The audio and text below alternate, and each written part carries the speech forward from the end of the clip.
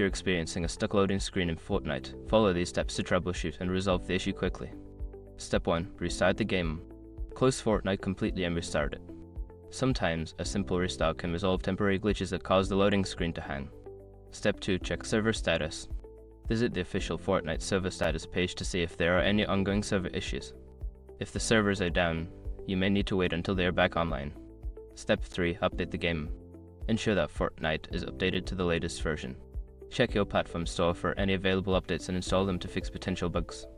Step 4. Clear cache. For consoles, clear the cache by turning off the device, unplugging it for a few minutes, and then restarting.